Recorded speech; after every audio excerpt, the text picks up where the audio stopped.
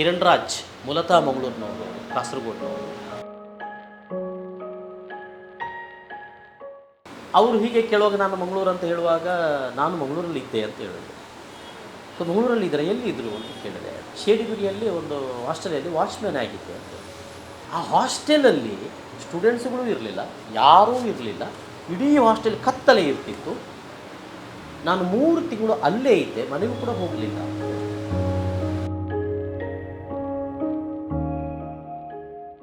Cinema ನೋಡಿದರೆ ಗೊತ್ತಾದಿತ್ತು ರಕ್ಷಿತ್ ಶೆಟ್ಟರು ಯಾವ ರೀತಿಯಲ್ಲಿ ದುಡಿದಿದ್ದಾರೆ. ಬಹುಶಃ ಇತ್ತೀಚೆಗಿನ ಅವರ ಯಾವುದೆಲ್ಲ ಎಲ್ಲ ಸಿನಿಮಾಗಳಿಗಿಂತಲೂ ಇದರಲ್ಲಿ ಅವರು ಬಹಳ ಒಬ್ಬ ಪ್ರಬುದ್ಧ ನಟನಾಗಿ ನಮ್ಮ ಮುಂದೆ ಅವರು ಕಾಣ್ತಾ ಇದ್ದಾರೆ. 777 ಚಾರ್ಲಿಯಲ್ಲಿ ನಾನು ಒಬ್ಬ ಅಂತ ಅನ್ನೋದಕ್ಕೆ ಭಾಳ ಹೆಮ್ಮೆ ಪಡ್ತಾ ಇದ್ದೇನೆ. ನಮಸ್ಕಾರ.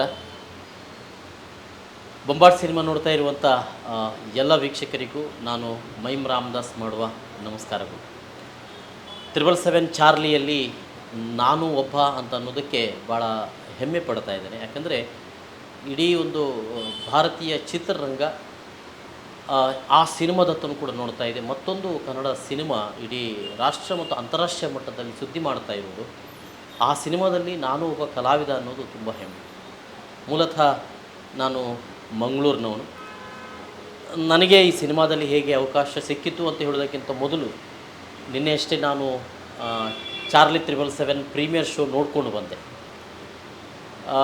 ಸಿನಿಮಾ ಶೂಟಿಂಗ್ ಆಗ್ತಾಯಿದ್ದ ಸಂದರ್ಭದಲ್ಲಿ ಸಹಜವಾಗಿ ಕೆಲವೊಮ್ಮೆ ಗೊತ್ತಾಗ್ಬಿಡ್ತದೆ ಈ ಸಿನಿಮಾ ಹೀಗೆ ಬರಬಲ್ಲದು ಅಂತ. ಕೆಲವೊಮ್ಮೆ ಅದು ಗೊತ್ತಾಗೋದಿಲ್ಲ ಯಾವ ರೀತಿಯಲ್ಲಿ ಬರಬಲ್ಲದು ಅಂತ. ನಮ್ಮ ದಿನಗಳನ್ನು ಇಷ್ಟು ಅಂತ ನಿಗದಿಪಡಿಸಿದ್ರು ಕೂಡ ಅದಕ್ಕಿಂತಲೂ ಕೂಡ ಡಬಲ್, ಅಂದರೆ 15 ದಿನಗಳು ಅಂತ ಹೇಳಿದರೆ ಸುಮಾರು 30 ದಿನಗಳವರೆಗೆ ನಮ್ಮ ಶೂಟಿಂಗ್ ಹೋಗ್ತದೆ. ಅದಕ್ಕೆ ಕಾರಣ ಆಗುವುದು ಚಾರ್ಲಿ. ಭಾಳ ಮುಖ್ಯವಾಗಿ ಇಡೀ ಒಂದು ಸಿನಿಮಾದ ಕಥೆಯ ಕೇಂದ್ರ ಬಿಂದುವೇ ಚಾರ್ಲಿ ಒಂದು ಹೆಣ್ಣು ನಾಯಿ. ಆ ನಾಯಿಯ ಸುತ್ತ ಹೆಣೆದಿರುವಂಥ ಒಂದು ಕತೆ ಬಹಳ ಪೂರಕವಾಗಿ ಅದಕ್ಕೊಬ್ಬ ನಾಯಕ ನಟ ಮತ್ತು ಸುತ್ತಲಿನ ಇಡೀ ಒಂದು ಪ್ರಪಂಚ, ಮಾನವೀಯತೆಯ ಒಂದಷ್ಟು ವಿಚಾರಗಳನ್ನು ಕೂಡ ನಮಗೆ ಹೇಳಿಕೊಡ್ತಾ ಹೋಗ್ತಾರೆ. ಯಾವುದೇ ಒಬ್ಬ ಹೃದಯವಂತರು ಈ ಸಿನಿಮಾವನ್ನು ನೋಡಿದಾಗ ಅವ್ರನ್ನ ಬಹಳ ತಟ್ಟುವಂಥ ಸಿನಿಮಾ ಕೂಡ ಹೌದು. ಆ ರೀತಿಯಾಗಿ ಮೂಡಿ ಬಂದಿದೆ. ಬಹಳ ಖುಷಿ ತಂದಿದೆ ಈ ಸಿನಿಮಾವನ್ನು ನೋಡುವಂಥ. ಒಂದನೇದಾಗಿ ಇಂಥ ಒಂದು ಸಿನಿಮಾಗಳನ್ನು ಭಾಳ ಮುಖ್ಯವಾಗಿ ನಿರ್ದೇಶಕರ ಬಗ್ಗೆ ನಾನು ಹೇಳಬೇಕು. ಯಾಕಂದರೆ ಒಬ್ಬ ಉದಯೋನ್ಮುಖ ನಿರ್ದೇಶಕ ಇಂತಹ ಪರಿಕಲ್ಪನೆಗಳನ್ನು ಹೊಂದಿರಲಿಕ್ಕೆ ಸಾಧ್ಯ ಇದೆ ಅಂತ ಅನ್ನೋದು. ಯಾಕಂದರೆ ಮೊದಲನೇ ಸಿನಿಮಾ ಮಾಡುವಾಗಲೇ ಎಲ್ಲೋ ಇಂಥ ಪರಿಕಲ್ಪನೆ ಹೇಗೆ ಬರಲಿಕ್ಕೆ ಸಾಧ್ಯ. ಅದಕ್ಕಿಂತ ಹಿಂದೆ ಕಿರಣ್ ರಾಜ್ ಮೂಲತಃ ಮಂಗಳೂರಿನವರು, ಕಾಸರಗೋಡಿನವರು, ಕೆಲವು ಸಿನಿಮಾಗಳಲ್ಲಿ ಅವರು ಕೆಲಸ ಮಾಡಿದ್ದಾರೆ. ರಿಷಬ್ ಶೆಟ್ಟಿ ಅವರ ಜೊತೆಗೂ ಮಾಡಿದ್ದಾರೆ, ರಕ್ಷಿತ್ ಶೆಟ್ಟರ ಜೊತೆಗೂ ಕೂಡ ಅವರು ಕೆಲಸ ಮಾಡಿದ್ದಾರೆ. ಆ ಎಲ್ಲ ಅನುಭವಗಳನ್ನು ಇಟ್ಟುಕೊಂಡು ಅವರು ಈ ಕಥೆಯನ್ನು ಹೇಳಿದ್ದಾರೆ. ಜೊತೆಗೆ ಇಂತಹ ಒಂದು ಕಥೆಯಲ್ಲಿ ಅದನ್ನು ಪ್ರೊಡ್ಯೂಸ್ ಮಾಡೋದು, ಜೊತೆಗೆ ತಾನು ಒಬ್ಬ ನಾಯಕ ನಟನಾಗಿ ಅದು ಬರಬಲ್ಲಂಥ ಒಂದು ಮನಸ್ಸು ಮಾಡಿರೋದು ಕೂಡ. ಯಾಕಂದರೆ ಬಹುಶಃ ತಾವುಗಳು ಸಿನಿಮಾ ನೋಡಿದರೆ ಗೊತ್ತಾದಿತ್ತು ರಕ್ಷಿತ್ ಶೆಟ್ಟರು ಯಾವ ರೀತಿಯಲ್ಲಿ ದುಡಿದಿದ್ದಾರೆ. ಬಹುಶಃ ಇತ್ತೀಚೆಗಿನ ಅವರ ಯಾವುದೆಲ್ಲ ಎಲ್ಲ ಸಿನಿಮಾಗಳಿಗಿಂತಲೂ ಇದರಲ್ಲಿ ಅವರು ಬಹಳ ಒಬ್ಬ ಪ್ರಬುದ್ಧ ನಟನಾಗಿ ನಮ್ಮ ಮುಂದೆ ಅವರು ಕಾಣ್ತಾ ಇದ್ದಾರೆ. ಯಾಕಂದರೆ ಒಂದು ನಾಯಿ, ಅದರ ಒಂದು ಭಾವನೆಗಳು, ಅದ್ರ ಜೊತೆ ನಮ್ಮ ಭಾವನೆಗಳು, ಈ ಭಾವನೆಗಳನ್ನು ತೋರ್ಪಡಿಸೋದು ಕೂಡ ಇದೆ. ಒಬ್ಬ ನಟನಾಗಿ ಬಹಳ ಚಾಲೆಂಜಿಂಗ್ ಅದು. ಆ ಚಾಲೆಂಜಿಂಗನ್ನು ರಕ್ಷಿತ್ ಶೆಟ್ಟರು ಕೂಡ ಬಹಳ ಚೆನ್ನಾಗಿ ಅದನ್ನು ಎದುರಿಸಿದ್ದಾರೆ ಅಂತ. ನಿಮಗೆ ಈ ಸಿನಿಮಾದಲ್ಲಿ ಅವಕಾಶ ಸಿಕ್ಕಿದ್ದು ಹೇಗೆ, ಅಥವಾ ಯಾರ ಕಾಲ್ ಮೊದಲು ಬಂತು ನಿಮಗೆ ಈ ಸಿನಿಮಾದಲ್ಲಿ ನೀವು ಒಂದು ಪಾತ್ರ ಮಾಡ್ತಾ ಇದ್ದೀರಿ ಅಂತ? ನಿರ್ದೇಶಕರೇ ನನಗೆ ಮೊದಲು ಕಾಲ್ ಮಾಡಿದರು, ಕಿರಣ್ ರಾಜ್ ಅವರು. ಭಾಳ ಮುಖ್ಯವಾಗಿ ಚಾರ್ಲಿ 777 ನಾನೊಬ್ಬ ನಟನಾಗಲಿಕ್ಕೆ ಮೂಲತಃ ಕಾರಣ ಆದದ್ದು ಒಂದು ಮೊಟ್ಟೆಯ ಕಥೆ. ಒಂದು ಮೊಟ್ಟೆಯ ಕಥೆಯ ಪ್ರಿನ್ಸಿಪಾಲ್ ಕ್ಯಾರೆಕ್ಟರ್ ಏನಿದೆ ಅದನ್ನು ಆ ನಂತರದಲ್ಲಿ ನನಗೆ ಭಾಳ ಸಿನಿಮಾಗಳಿಗೆ ತಿಕ್ಕಿತ್ತು. ಅದಕ್ಕಿಂತ ಮೊದಲು ಕಥೆಯೊಂದು ಶುರುವಾಗಿದೆ ಅಂತ, ಅದು ಕೂಡ ರಕ್ಷಿತ್ ಶೆಟ್ಟರೇ ಪ್ರೊಡ್ಯೂಸ್ ಮಾಡಿರೋದು, ದಿಗಂತ್ ಅವರು ನಾಯಕ ನಟರಾಗಿರುವಂಥದ್ದು. ಎಲ್ಲ ಸಿನಿಮಾಗಳಿಗೂ ಕೂಡ ಒಂದು ಮೊಟ್ಟೆಯ ಕಥೆ. ರಾಜ್ ಬಿ ಶೆಟ್ಟಿ ಅವರು ನಿರ್ದೇಶನ ಮಾಡಿದ ಸಿನಿಮಾ ತಮಗೆಲ್ಲರಿಗೂ ಕೂಡ ಗೊತ್ತಿದೆ. ಅದರಲ್ಲಿ ಪ್ರಾಂಶುಪಾಲರ ನಾನು ಕ್ಯಾರೆಕ್ಟರ್ ಮಾಡಿದ್ದೇನೆ. ಸೊ ಆ ಹಿನ್ನೆಲೆಯಿಂದಾಗಿ ನನಗೆ ಈ ಕ್ಯಾರೆಕ್ಟರ್ ಮಾಡಲಿಕ್ಕೆ ಅವಕಾಶ ಸಿಕ್ಕಿದ್ದು ಒಂದು. ನಿರ್ದೇಶಕರು ಫೋನ್ ಮಾಡಿದರು. ನಿರ್ದೇಶಕರು ಫೋನ್ ಮಾಡಿ ನೇರವಾಗಿ ನನ್ನನ್ನು ಭೇಟಿಯಾದೆ. ಸ್ಕ್ರಿಪ್ಟ್ ಹೇಳಿದರು. ತುಂಬ ಖುಷಿ ಅನಿಸುತ್ತೆ ನನಗೆ. ಮೊದಲೇ ಒಂದು ನಾಯಿಯ ಜೊತೆಗಿನ ಒಂದು ಒಂದು ಸಂಬಂಧ ಈ ಕಥೆ ಇದೆ ಅಂತ ಅವರು ಹೇಳುವಾಗ ನನಗೆ ಆಗ ಹಾಗೇನು ಅನಿಸಲಿಲ್ಲ. ಒಂದೊಮ್ಮೆ ಕಿರಣ್ ರಾಜರನ್ನು ನೋಡುವಾಗ ನಮ್ಮ ಇಲ್ಲಿ ಯಾರೋ ಒಬ್ಬ ನಾನೂ ಒಂದು ಸಿನಿಮಾ ಮಾಡ್ತೇನೆ ನೋಡಿ ಅಂತ ಹೇಳ್ತಾರಲ್ಲ, ಆ ರೀತಿಯಾಗಿ ಅವ್ರು ಕಾಣ್ತಾಯಿದ್ರು. ಆದರೆ ಅವರ ಒಳಗಿನ ಪ್ರಬುದ್ಧತೆ ಅವರ ಒಳಗಿತ್ತು ಅಂತ ಅನ್ನುವಂಥದ್ದು ಈ ಸಿನಿಮಾ ನೋಡುವಾಗ ಗೊತ್ತಾಗ್ತದೆ. ಅದು ಯಾವ ರೀತಿಯಲ್ಲಿ ಅವರು ಹೊರಹಾಕಿದ್ದಾರೆ ಅಂತ ಸಿನಿಮಾ ನೋಡುವಾಗ ಗೊತ್ತಾಗ್ತದೆ. ಒಂದು ಒಳ್ಳೆಯ ಕ್ಯಾರೆಕ್ಟರ್ ನನಗೆ ಸಿಕ್ಕಿರುವಂಥದ್ದು. ಬೇರೆ ಬೇರೆ ಅಂದರೆ ಇಲ್ಲಿ ಭಾಳ ಪ್ರಮುಖವಾಗಿ ಚಾರ್ಲಿ ಪ್ರಮುಖವಾಗಿ ಬರ್ತದೆ. ಆಮೇಲೆ ರಕ್ಷಿತ್ ಶೆಟ್ಟರು ನಾಯಕ ನಟ, ಆಮೇಲೆ ನಾಯಕಿ ನಟಿ ಸಂಗೀತ ಶೃಂಗೇರಿ, ರಾಜ್ವಿ ಶೆಟ್ಟಿಯವರು ಕೂಡ ಡಾಕ್ಟರ್ ಕ್ಯಾರೆಕ್ಟರಲ್ಲಿ ಬಂದಿದ್ದಾರೆ, ಟ್ರೈಲರಲ್ಲಿ ನೋಡಿರ್ಬೋದು. ಗೋಪಾಲಕೃಷ್ಣ ದೇಶಪಾಂಡೆ ಅವರು ಕೂಡ ಇದ್ದಾರೆ. ಸೊ ಎಲ್ಲ ತಾರಾಗಣ ಕೂಡ ಇಲ್ಲಿ ಇದೆ. ಇವರೆಲ್ಲರ ಜೊತೆ ನಾನು ಒಬ್ಬ ನಟನಾಗಿ ಸಿನಿಮಾದ ಕಥೆ ಬಗ್ಗೆ ನಾನೇನು ರಿವೀಲ್ ಮಾಡುವಾಗಿಲ್ಲ, ಯಾಕಂದರೆ ನೀವೆಲ್ಲರೂ ಕೂಡ ಸಿನಿಮಾ ನೋಡಬೇಕು. ನಾನು ಅದರಲ್ಲಿ ಹೆಚ್ಚಾಗಿ ಶೂಟಿಂಗಿಂದ ನಂದು ಮೈಸೂರು ಮತ್ತು ಬೆಂಗಳೂರಲ್ಲಿತ್ತು. ಒಂದು ಪಾಸಿಟಿವ್ ಕ್ಯಾರೆಕ್ಟರಾಗಿ ಅಲ್ಲಿ ಕಂಡು ಬರ್ತೇನೆ. ಚಾರ್ಲಿಯ ಜೊತೆಗೆ ನನಗೆ ಹೆಚ್ಚು ನಟಿಸುವಂಥ ಅವಕಾಶಗಳು ಸಿಗಲಿಲ್ಲ. ಒಂದು ಕಡೆ ಅವಳು ಓಡ್ಕೊಂಡು ಹೋಗ್ತಾಳೆ, ನಾನು ಬೆನ್ನಟ್ಟಿಕೊಂಡು, ಅಂದರೆ ಕಾರಲ್ಲಿ ನಾನು ಹೋಗ್ತಾ ಇರ್ತೇನೆ, ಚಾರ್ಲಿ ಕೂಡ ಹೋಗ್ತಾ ಇರ್ತೀನಿ. ಇಂಥ ಒಂದು ಸನ್ನಿವೇಶ ಬಿಟ್ಟರೆ ಮತ್ತೆಲ್ಲೂ ನನಗೆ ಚಾರ್ಲಿ ಜೊತೆಗೆ ಸಿಗೋದಿಲ್ಲ. ಸೊ ಒಳ್ಳೆಯ ಒಂದು ಅನುಭವ, ರಕ್ಷಿತ್ ಶೆಟ್ಟರ ಜೊತೆಗೆ ಮತ್ತು ಚಾರ್ಲಿ ಜೊತೆಗೆ ನಟಿಸಿದಂಥ ಅನುಭವ ಇದೆಯಲ್ಲ, ಅದು ಭಾಳ ನೆನಪಿನಲ್ಲಿ ಇರುವಂಥ. ಸೊ ನಿನ್ನೆ ನೀವು ಪ್ರೀಮಿಯರ್ ಶೋ ನೋಡಿದ್ರು ಬೆಂಗಳೂರಿನಲ್ಲಿ, ಕಲಾವಿದರು ಇದ್ರು, ಆಡಿಯನ್ಸ್ ಕೂಡ ಇದ್ರು. ಹೇಗಿತ್ತು ಮೊದಲ ಬಾರಿಗೆ ಬೆಳ್ಳಿ ಪರದೆಯಲ್ಲಿ ಈಗ ತ್ರಿಬಲ್ ಚಾರ್ಲಿ ನಾವು ಪ್ರೀಮಿಯರ್ ಶೋ ಬಿಡುಗಡೆಗಿಂತ ಮೊದಲು ನೋಡಿದ್ವಿ?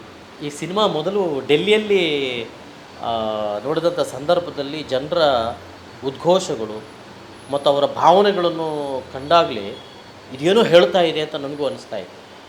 ಅಂದರೆ ಒಬ್ಬ ಕಲಾವಿದನಾಗಿದ್ದರೂ ಕೂಡ ಸಿನಿಮಾ ಏನು ಹೇಳ್ತದೆ ಅಂತ ನನಗೂ ಗೊತ್ತಿಲ್ಲ. ಪ್ರೀಮಿಯರ್ ಶೋ ನೋಡಿದ ನಂತರ ಅಂತೂ ನನಗೆ ಎಲ್ಲವೂ ಇದೆ, ಈ ಸಿನಿಮಾ ಎಲ್ಲವನ್ನೂ ಹೇಳ್ತದೆ.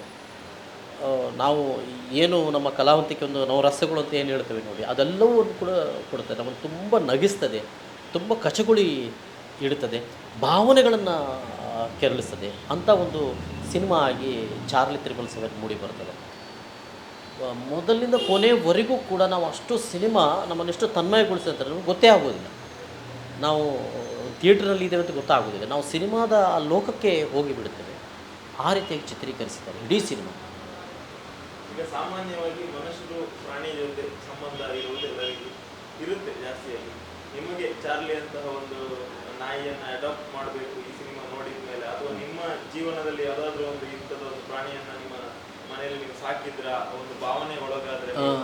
ನನಗೆ ಹಿಂದಿನಿಂದಲೂ ನಾನು ಹೇಳ್ತಾ ಇರುವಂಥದ್ದು ಏನಂತ ಹೇಳಿದ್ರೆ, ನಮ್ಮ ನಾಯಿಗಳು, ಲೋಕಲ್ ನಾಯಿಗಳು, ಬೀದಿ ನಾಯಿಗಳು ಅಂತ ಏನು ಹೇಳ್ತೇವೆ, ಇವುಗಳನ್ನು ನಾವು ಪ್ರೀತಿಸಬೇಕು ಅಂತ. ಯಾವುದೋ ನಾಯಿಗಳನ್ನು ಅಡಾಪ್ಟ್ ಮಾಡ್ಕೊಳ್ಳೋದಕ್ಕಿಂತ ನಮ್ಮ ಹತ್ತಿರದಲ್ಲಿಂಥ ನಾಯಿಗಳು, ಅದು ನಮ್ಮ ಹಾಗೆ, ಅದು ಎಷ್ಟು ಪ್ರೀತಿಯನ್ನು ತೋರಿಸಿವೆ ಅಂತ ಹೇಳಿದ್ರೆ, ಈಗ ನನ್ನ ಲೋಕಾಲಿಟಿಯಲ್ಲಿರುವಂಥ ನಾಯಿಗಳು ನನ್ನ ಬೈಕಿನ ಸದ್ದು, ನನ್ನ ಕಾರಿನ ಸದ್ದು ಅದು ಕೇಳಿದ ಕೂಡಲೇ ಅದಕ್ಕೆ ಗೊತ್ತಾಗ್ತದೆ.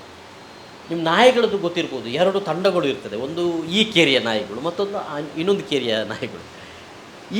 ಆ ಕಡೆಯ ನಾಯಿಗಳು ನಮ್ಮ ತಡವಾಗಿ ಬಂದಾಗ, ಮನೆಯಲ್ಲಿ ಒಂದು 11-12 ಗಂಟೆ ಬಂದಾಗ ನಾಯಿಗಳು ನಮ್ಮ ಬೈಕನ್ನು ನೋಡಿ ಅದನ್ನೇನೋ ಬೊಗಳಿಕ್ಕೆ ಸ್ಟಾರ್ಟ್ ಮಾಡ್ತವೆ. ಆಗ ಈ ನಾಯಿಗಳಿಗೆ ಸಿಗ್ನಲ್ ಸಿಗ್ತದೆ, ಅದು ಬೈಕಿನ ಸೌಂಡ್ ಕೇಳಿ ಗೊತ್ತಾಗ್ತದೆ ಅದಕ್ಕೆ. ಆಗ ಇವುಗಳು ಓಡ್ಕೊಂಡು ಬರ್ತದೆ. ಯಾಕಂದರೆ ನಮ್ಮ ಕೇರಿಯವನಿಗೆ, ನಮ್ಮ ಯಜಮಾನನಿಗೆ ಅಥವಾ ಕೇರಿಯವನಿಗೆ ಇನ್ನೊಂದು ನಾಯಿಗಳು, ಆ ಕೇರಿಯ ನಾಯಿಗಳು ತೊಂದರೆ ಮಾಡ್ತಾ ಇದ್ದಾವೆ, ಬಿಡಬಾರ್ದು ಅಂತೇಳಿ ಅದು ಓಡಿಸ್ಕೊಂಡು ಅದು ಎದುರಿಂದ ಬಂದಾಗ ಈ ಹಿಂದೆ ಇದ್ದಂಥ ನಾಯಿಗಳೆಲ್ಲ ಸುಮ್ಮನೆ ಆಗ್ತಿದ್ದು, ಸೀದಾ ಕಾಲು ಕೇಳ್ತಾ ಇದ್ದವು. ಸೊ ನೋಡಿ, ನಾಯಿಗಳಿಗೆ ಎಷ್ಟೊಂದು ಆ ಒಂದು ಬುದ್ಧಿ ಇದೆ, ನಾಲೆಜ್ ಇದೆ ಅಂತ ಅನ್ನೋದು. ಒಂದು ಅವು ನಮ್ಮವ ಅಂತ ಅನ್ನುವಂಥದ್ದು, ಇನ್ನೊಂದು ತಮ್ಮದೇ ಬಂಧುಗಳು ಅವರು ಕೂಡ. ಆದರೆ ಅವರು ತನ್ನ ಯಜಮಾನನನ್ನು ಅವರೆಲ್ಲೋ ಇದು ಮಾಡ್ತಾ ಇದ್ದಾರೆ, ಹೊಗಳ್ತಾ ಇದ್ದಾರೆ, ಅಥವಾ ಏನೋ ತೊಂದರೆ ಮಾಡ್ತಾರೆ ಅಂತ ಅನ್ನೋದು ಗೊತ್ತಾದ ಕೂಡಲೇ ಇಲ್ಲಿ ಇರುವಂಥ ನಾಯಿಗಳೆಲ್ಲ ಹೋಗಿ ನಮಗೆ ರಕ್ಷಣೆ ಕೊಡಲಿಕ್ಕೆ ಬರ್ತಾವಲ್ಲ. ಸೊ ಇದು ಸಿನಿಮಾದಲ್ಲೂ ಕೂಡ ಇಂಥ ಕೆಲವು ವಿಚಾರಗಳು ಕೂಡ ನಮಗೆ ಬರ್ತದೆ. ಅದು ಈ ಸಿನಿಮಾ ನೋಡುವಾಗ ನನಗೆ ಅದು ಭಾಳ ನೆನಪಿಗೆ ಬರ್ತಾಯಿದೆ. ಕಿರಣ್ ರಾಜ್ ಈ ಸಿನಿಮಾದ ನಿರ್ದೇಶಕರು. ನಾನು ಆಗಲೇ ಹೇಳಿದೆ, ಉದಯೋನ್ಮುಖ ಅಂತ ಒಂದು ಇಂಥ ಸಿನಿಮಾವನ್ನು ಮಾಡಲಿಕ್ಕೆ ಅವರು ಹೊಸದು ಅಂತ ಹೇಳಿದರು ಕೂಡ. ಸುಮಾರು ಅವರೇ ಹೇಳುವಾಗ 5 ವರ್ಷಗಳ ಕಾಲ ಅವರು ಸಿನಿಮಾಕ್ಕಾಗಿ ದುಡಿದಿದ್ದಾರೆ. ಕಥೆಯಿಂದ ಹಿಡಿದು ಈಗ ಕೊನೆಗೆ ಸಿನಿಮಾ ಬರೋವರೆಗೂ ಕೂಡ. ಅವರು ಹೀಗೆ ಕೇಳುವಾಗ ನಾನು ಮಂಗಳೂರು ಅಂತ ಹೇಳುವಾಗ, ನಾನು ಮಂಗಳೂರಲ್ಲಿ ಇದ್ದೆ ಅಂತ ಹೇಳಿದೆ. ಸೊ ಮಂಗಳೂರಲ್ಲಿ ಇದ್ದಾರೆ, ಎಲ್ಲಿದ್ದರು ಅಂತ ಕೇಳಿದೆ. ನನಗೆ ಅಂದರೆ ಫಸ್ಟಿಗೆ ಅವರು ನನಗೆ ಅಷ್ಟೊಂದು ಗೊತ್ತಿರಲಿಲ್ಲ. ಅಲ್ಲಿ ಹೋದಾಗ ಅವರೆಲ್ಲ ಪರಿಚಯ ಆದದ್ದು ನನಗೆ, ಇಲ್ಲಿದ್ದರು ಅಂತ ಒಂದು ಗೊತ್ತಿತ್ತು. ನಾನು ಶೇಡಿಗುರಿಯಲ್ಲಿದ್ದೆ ಅಂತ ಹೇಳಿದೆ. ಹೌದಾ ಅಂತ. ಶೇಡಿಗುರಿಯಲ್ಲಿ ಒಂದು ಹಾಸ್ಟೆಲಲ್ಲಿ ವಾಚ್ಮ್ಯಾನ್ ಆಗಿದ್ದೆ ಅಂತ. ಸೊ ವಾಚ್ಮ್ಯಾನ್ ಆಗಿದ್ದಾರೆ ಅಂತ ನನಗೇನು ವಿಶೇಷ ಅನ್ನಿಸ್ಲಿಲ್ಲ, ಯಾಕೆಂದರೆ ಎಲ್ಲರೂ ಕೂಡ ಒಂದು ಸಾಧನೆ ಮೆಟ್ಟಲುಗಳ ಹಿಂದೆ ಇಂಥ ಕೆಲಸಗಳು ಮಾಡಿಕೊಂಡು ಬಂದಿರ್ತಾರೆ, ಅದು ಸಹಜ ಕೂಡ. ನನಗೆ ವಿಶೇಷ ಏನು ಅನಿಸ್ಲಿಲ್ಲ ಅದು. ಆ ಹಾಸ್ಟೆಲಲ್ಲಿ ಸ್ಟೂಡೆಂಟ್ಸ್ಗಳು ಇರಲಿಲ್ಲ, ಯಾರೂ ಇರಲಿಲ್ಲ, ಇಡೀ ಹಾಸ್ಟೆಲ್ ಕತ್ತಲೆ ಇರ್ತಿತ್ತು. ನಾನು 3 ತಿಂಗಳು ಅಲ್ಲೇ ಇದ್ದೆ, ಮನೆಗೂ ಕೂಡ ಹೋಗಲಿಲ್ಲ. ಹಾಸ್ಟೆಲ್ ಕನ್ಸ್ಟ್ರಕ್ಷನ್ ಆಗಿ ಇನ್ನು ತೆರೀಬೇಕು ಅಷ್ಟೇ, ಅಲ್ಲಿ ಯಾವುದೇ ಕರೆಂಟ್ ಇರಲಿಲ್ಲ, ಏನೂ ಇರಲಿಲ್ಲ. ಅಷ್ಟು ತಿಂಗಳು ನಾನು ಅಲ್ಲಿದ್ದೆ. ನಿಮಗೆ ಹೆದರಿಕೆ ಆಗಲಿಲ್ವೋ ಅಷ್ಟು ತಿಂಗಳು ಅಂತ? ಮತ್ತು ನನಗೆ ಹೆದರಿಕೆ ಆಗಿದೆ, ಅಷ್ಟು ಸಮಯ ಇದೆ, ಆದರೆ ಒಂದು ಬೇರೆ ರೀತಿಯ ಧೈರ್ಯ ಕೂಡ ಕೊಟ್ಟಿದೆ ಅದು ಅಂತ ನನಗೆ ಅವರು ಹೇಳಿದರು. ಅಂದರೆ ಅದೇನೇ ಇರಲಿ, ಬಟ್ ನನಗೆ ಅದು ಬಹಳ ಒಂದು ಒಳ್ಳೆಯ, ಅಂದರೆ ಇಂತಹ ಒಂದು ವ್ಯಕ್ತಿಗಳ ಹಿಂದೆ ಈ ರೀತಿಯಾದಂಥ ಕಥೆಗಳು ಇರ್ತವೆ ಅಂತ ನಾವು ಕೇಳಿದ್ದೇವಲ್ಲ, ಈ ಅನುಭವಗಳನ್ನವರನ್ನು ಇಂಥ ಸಾಧನೆಗಳು ಮಾಡಲಿಕ್ಕೆ ಮೆಟ್ಟಿಲುಗಳಾಗ್ತದೆ ಅಂತ ಹೇಳ್ಬೋದು. ಇತ್ತೀಚೆಗೆ ಎಲ್ಲ ಈ ಭಾಳ ನಾವು ಬೊಟ್ಟು ಮಾಡಿ ಕೆಲವು ಕನ್ನಡ ಸಿನಿಮಾಗಳು ಇವತ್ತು ದೇಶದಾದ್ಯಂತ ಹೆಸರನ್ನು ಪಡಿತಾ ಇರೋದು ನೋಡ್ತಾ ಇದ್ದೀವಿ. ಈ ದಕ್ಷಿಣದ ಸಿನಿಮಾಗಳ ಜೊತೆಗೆ ಹಿಂದೆ ತಮಿಳು, ತೆಲುಗು, ಮಲಯಾಳಂ ಬಿಟ್ಟರೆ ಬೇರೆ ಭಾಷೆಗಳು, ಕನ್ನಡ ಭಾಷೆಗಳಲ್ಲಿದ್ದ ಸಿನಿಮಾಗಳು ಭಾಳ ರ್ಯಾರ್ ಅಂತಂಥದ್ದು ಹೇಳಲಾಗ್ತಾ ಇದೆ. ಆದರೆ ಕನ್ನಡದಲ್ಲೂ ಕೂಡ ಈಗ ಅದೇ ಮಟ್ಟದಲ್ಲಿ ದಕ್ಷಿಣದ ಸಿನಿಮಾಗಳು ಅಂದರೆ ಈಗ ಕನ್ನಡವೂ ಕೂಡ ಬಿಟ್ಟಿರುವುದು ಇವತ್ತು ಬಹಳ ಹೆಮ್ಮೆಯ ವಿಚಾರ. ಹಾಗಾಗಿ ಚಾರ್ಲಿ ಇವತ್ತು ಬಹುಶಃ ದೇಶದ ವಿವಿಧೆಡೆಗಳಲ್ಲಿ ಅದು ತುಂಬ ಸುದ್ದಿ ಮಾಡ್ತಾ ಇದೆ. ಸೊ ನಮ್ಮದೇ ಒಂದು ಭಾಷೆಯ ಸಿನಿಮಾ ಅಂತ ಆಗುವಾಗ ನಾವೆಲ್ಲರೂ ಕೂಡ ಇಂಥ ಸಿನಿಮಾವನ್ನು ನಾವು ಬೆಂಬಲಿಸಬೇಕಾಗಿದೆ. ಹಾಗಂತ ಬೆಂಬಲಿಸಬೇಕು ಅಂತಲೇ ನೋಡಬೇಕಾದದ್ದಲ್ಲ. ಸಿನಿಮಾ ಒಳ್ಳೆಯದಿದೆ, ಸಿನಿಮಾ ಬಹಳ ಚೆನ್ನಾಗಿದೆ. ನಾನೊಬ್ಬ ಕಲಾವಿದನಾಗಿ ಅಲ್ಲ, ನಾನೊಬ್ಬ ಪ್ರೇಕ್ಷಕನಾಗಿ ಆ ಸಿನಿಮಾವನ್ನು ನೋಡಿದೆ. ಯಾಕಂತ ಹೇಳಿದ್ರು ನಾನೊಬ್ಬ ಕಲಾವಿದನಾಗಿದ್ದರೂ ಕೂಡ ಆ ಸಿನಿಮಾದ ಒಟ್ಟು ಕಥೆಗಳು ನಮಗೂ ಕೂಡ ಗೊತ್ತಾಗೋದಿಲ್ಲ. ಸಿನಿಮಾ ಹೇಗೆ ಬಂದಿದೆ, ಟೆಕ್ನಿಕಲಾಗಿ ಹೇಗೆ ಬಂದಿದೆ ಅಂತ ಉಳಿದೆಲ್ಲ ರೀತಿಯ ಆ ಬೇರೆ ಬೇರೆ ಒಂದು ನಿರ್ದೇಶಕನ ಪರಿಕಲ್ಪನೆಗಳಿದೆ, ಅದು ನಮಗೆ ಗೊತ್ತಾಗೋದಿಲ್ಲ. ಒಂದು ಒಳ್ಳೆಯ ವಿಚಾರ ಇದೆ, ನಮಗೆಲ್ಲರಿಗೂ ಮುಟ್ಟುವಂಥ ಒಂದು ಒಳ್ಳೆಯ ಮೆಸೇಜನ್ನು ಕೂಡ ಈ ಸಿನಿಮಾ ಕೊಡ್ತಾ ಇದೆ ಅಂತ ನಾನು ಹೇಳ್ತೇನೆ. Thank you.